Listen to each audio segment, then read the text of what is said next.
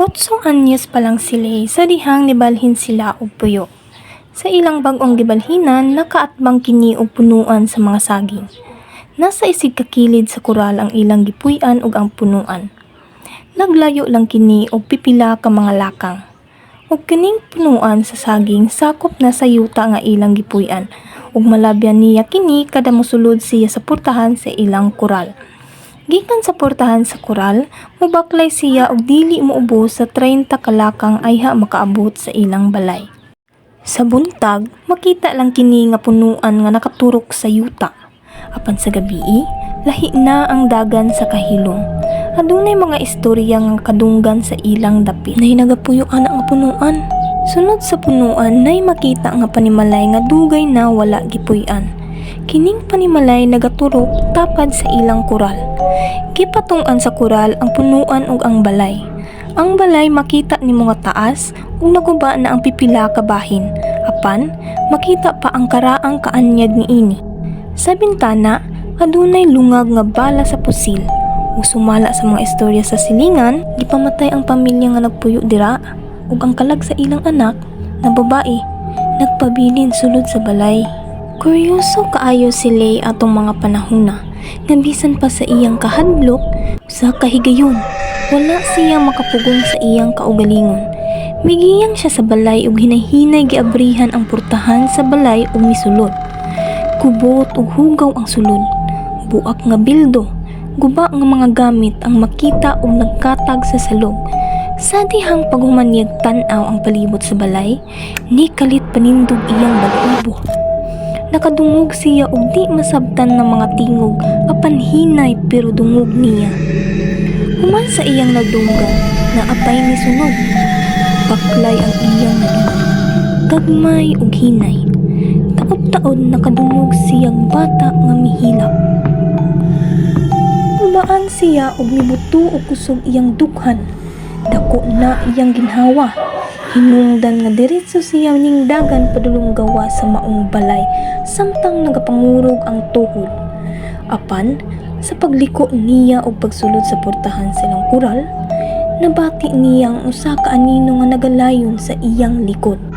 Sa paglabay sa mga adlaw, nabalik-balik sa iyang hunahuna ang tingog sa hilak sa bata ug ang kabugat nga iyang gibati sulod sa balay.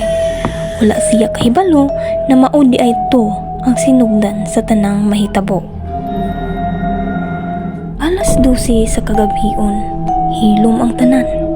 Sa gawas, mihakop ang bugnaw nga hangin ug ang kahilom murag na puno sa usa ka butang nga dili makita. Nakamata siya nga bugat kaayo ang nasinati sa iyang dughan.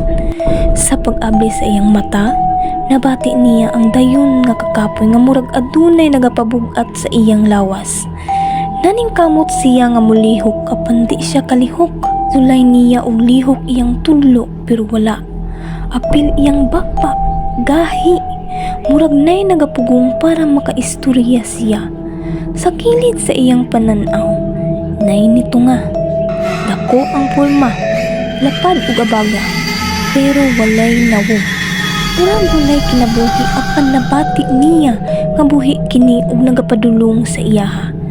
Sa mataglakang ni Ani, nagkabugat ang iyang dughan. Murag adunay nagapalingkod sa ibabaw sa iyang lawas. Hinay-hinay miduol og sa dihang hapit na kini sa iyang kilid. Nabati niya ang usa ka bugnaw nga ginhawa sa iyang liog. Sa kasaba sa kahilom, usa ka kusog nga tingog sa ginhawa ang nipabuto sa iyang dughan ug hunahuna. Dili kini tingog sa tawo, lawom kini, bugat ug nagapadayon. Naningkamot siya og ampo sa iyang hunahuna ug sa dihang gisampit niya ang Ginoo, hinay-hinay nga nakalihok ang iyang tudlo. Nakapukaw siya sa iyang kaugalingon ug dali siyang mibangon. Nagapangurog og dako ang ginhawa. Milingi siya sa gawas ug sa pagtan-aw niya sa bintana, nakita niya ang maong lalaki sa ilawom sa punuan. Nagtan-aw niya. Sa nisunod nga mga adlaw o gabi, nagapadayon kini nga panghitabo ug walay higayon nga miundang. Ang mga pahitabo pareho lang sa mga niagi. Sige lang ug balik-balik. Nga hinungdan nga sa matag kagabion musamot ang kabugat sa iyang lawas ug sa matag urong nagaduol ang lalaki nga walay hulagway. Sa usa ka gabii, nabati niya ang labing grabe nga kasinatian. Dili lang bugat ang iyang gibati, nabati usab niya ang bugnaw nga ginhawa nga mihuyop sa iyang liog ug ang mga kamot nga bugnaw nga mikamang gikan sa iyang paa ni saka sa iyang hawak. Sa maong higayon, dili na pareha sa niagi kay nabati niya ang kusog nga presensya sa maong lalaki nga hinungdan nga dili siya makasyagit, di siya makalihok. Ug diri nabati niya ang pagtiklop sa iyang habol. Ang lalaki nagaduol sa iyang lawas ug sa iyang huna-huna magapanuko na lang siya sa kahadlok. Apan wala siya'y mahimo. Nadunggan usab niya ang tingog sa kusog nga ginhawa. Diri nisugod nagbuto og kusog iyang dughan. Gipakusog niya ang iyang pag-ampo ug pagsampit sa Ginoo. Sa iyang huna-huna miana si Lay. Tawagin ko ani Lord sa akong gakasinati karon. Sa dihang mibalik siya sa iyang pagtuo. Nabati niya ang kailanan. Nakapukaw siya sa iyang lawas, nakabangon nga gapangurog. Dako ang ginhawa ug gahilak. Hinay-hinay siya milingi sa gawas ug sa pagtan-aw usab niya sa gawas, makita gihapon niya ang maong lalaki sa punuan. Nagatan-aw ug nagatutok.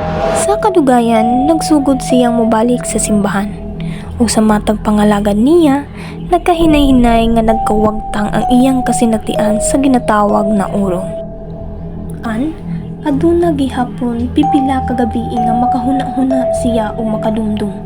Labi na kung mahunong ang hangin o mulsot sa mga dahon sa saging. Mabati gihapon niya ang bugat nga presensya. Ug sa kilid sa iyang pananaw, bisag unsaon niya og ligay. Aduna paghihapon siya makit-an